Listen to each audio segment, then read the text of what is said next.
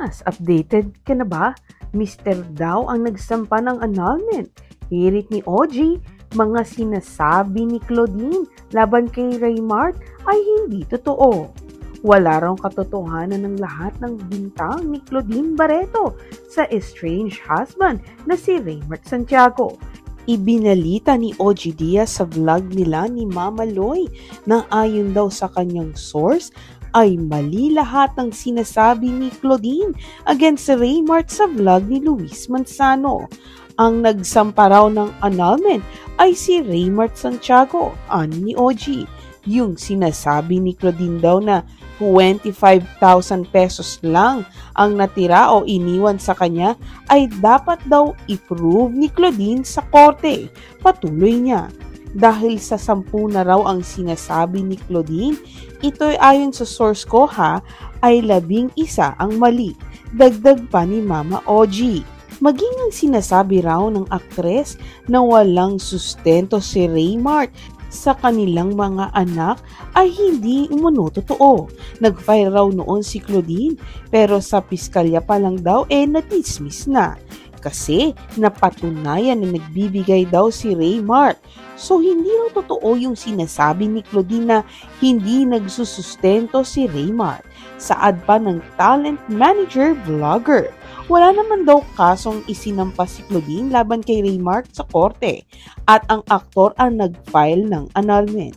Matatanda ang sinabi ni Claudine sa vlog ni Luis ay ipinaglaban niya kung ano ang kanya at i-reveal ang malaking halaga na hinabol niya kay Raymart. Deleted na ngayon sa vlog ni Luis ang nasabing parte ng interview. Anyway, sa ngayon ay hindi pa nagsasalita si Raymart hingil sa isyong ito, although nagpadala naman ng statement ang kanyang abogado sa ABS-CBN at pinaalalahanan si Claudine na may gago order na inisyu sa korte ang kabilang panig. Nananatiling bukas ang aming blog para sa pahayag ni Raymart o ni Claudine. Pilipinas, updated ka na ba? Mister daw ang nagsampa ng annulment.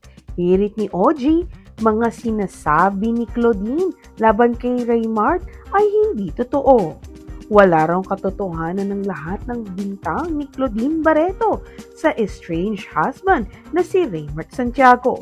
Ibinalita ni OG Diaz sa vlog nila ni Mama Loy na ayon daw sa kanyang source ay mali lahat ng sinasabi ni Claudine against Raymart sa vlog ni Luis Manzano. Ang nagsampa raw ng annulment ay si Raymart Santiago, ani ni OG. Yung sinasabi ni Claudine daw na 25,000 pesos lang ang natira o iniwan sa kanya ay dapat daw i-prove ni Claudine sa korte. Patuloy niya.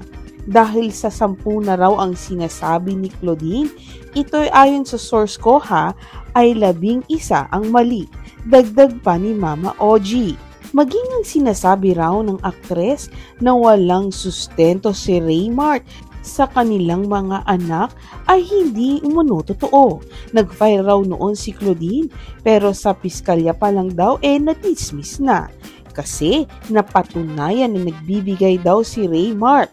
So hindi raw totoo yung sinasabi ni Claudine na hindi nagsusustento si Raymart. Saad pa ng talent manager vlogger. Wala naman daw kasong isinampa si Claudine laban kay Raymart sa korte at ang aktor ang nag-file ng annulment. Matatanda ang sinabi ni Claudine sa vlog ni Luis ay ipinaglaban niya kung ano ang kanya at i-reveal ang malaking halaga na hinabol niya kay Raymart. Deleted na ngayon sa vlog ni Luis ang nasabing parte ng interview. Anyway, sa ngayon ay hindi pa nagsasalita si Raymart hingil sa isyong ito, although nagpadala naman ng statement ang kanyang abogado sa ABS-CBN at pinaalalahanan si Claudine na may gago order na inisyu sa korte ang kabilang panig. Nananatiling bukas ang aming blog para sa pahayag ni Raymart o ni Claudine. Pilipinas, updated ka na ba? Mister daw ang nagsampa ng annulment. Hirit ni OG, mga sinasabi ni Claudine laban kay Raymart ay hindi totoo. Wala raw katotohanan ng lahat ng bintang ni Claudine Barreto sa estranged husband na si Raymart Santiago.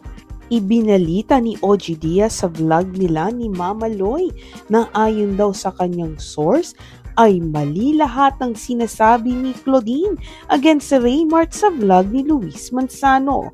Ang nagsampa raw ng annulment ay si Raymart Santiago, ani ni OG.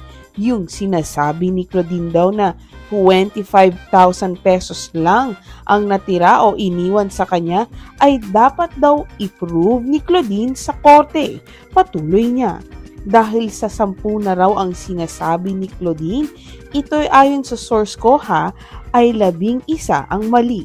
Dagdag pa ni Mama OG. Maging ang sinasabi raw ng aktres na walang sustento si Raymart sa kanilang mga anak ay hindi umano totoo. Nag-file raw noon si Claudine pero sa piskalya pa lang daw na-dismiss na. Kasi napatunayan na nagbibigay daw si Raymart. So hindi raw totoo yung sinasabi ni Claudine na hindi nagsusustento si Raymart. Saad pa ng talent manager vlogger. Wala naman daw kasong isinampa si Claudine laban kay Raymart sa korte at ang aktor ang nag-file ng annulment. Matatanda ang sinabi ni Claudine sa vlog ni Luis ay ipinaglaban niya kung ano ang kanya at i-reveal ang malaking halaga na hinabol niya kay Raymart. Deleted na ngayon sa vlog ni Luis ang nasabing parte ng interview. Anyway, sa ngayon ay hindi pa nagsasalita si Raymart hingil sa isyong ito, although nagpadala naman ng statement ang kanyang abogado sa ABS-CBN at pinaalalahanan si Claudine na may gago order na inisyu sa korte ang kabilang panig. Nananatiling bukas ang aming vlog para sa pahayag ni Raymart o ni Claudine.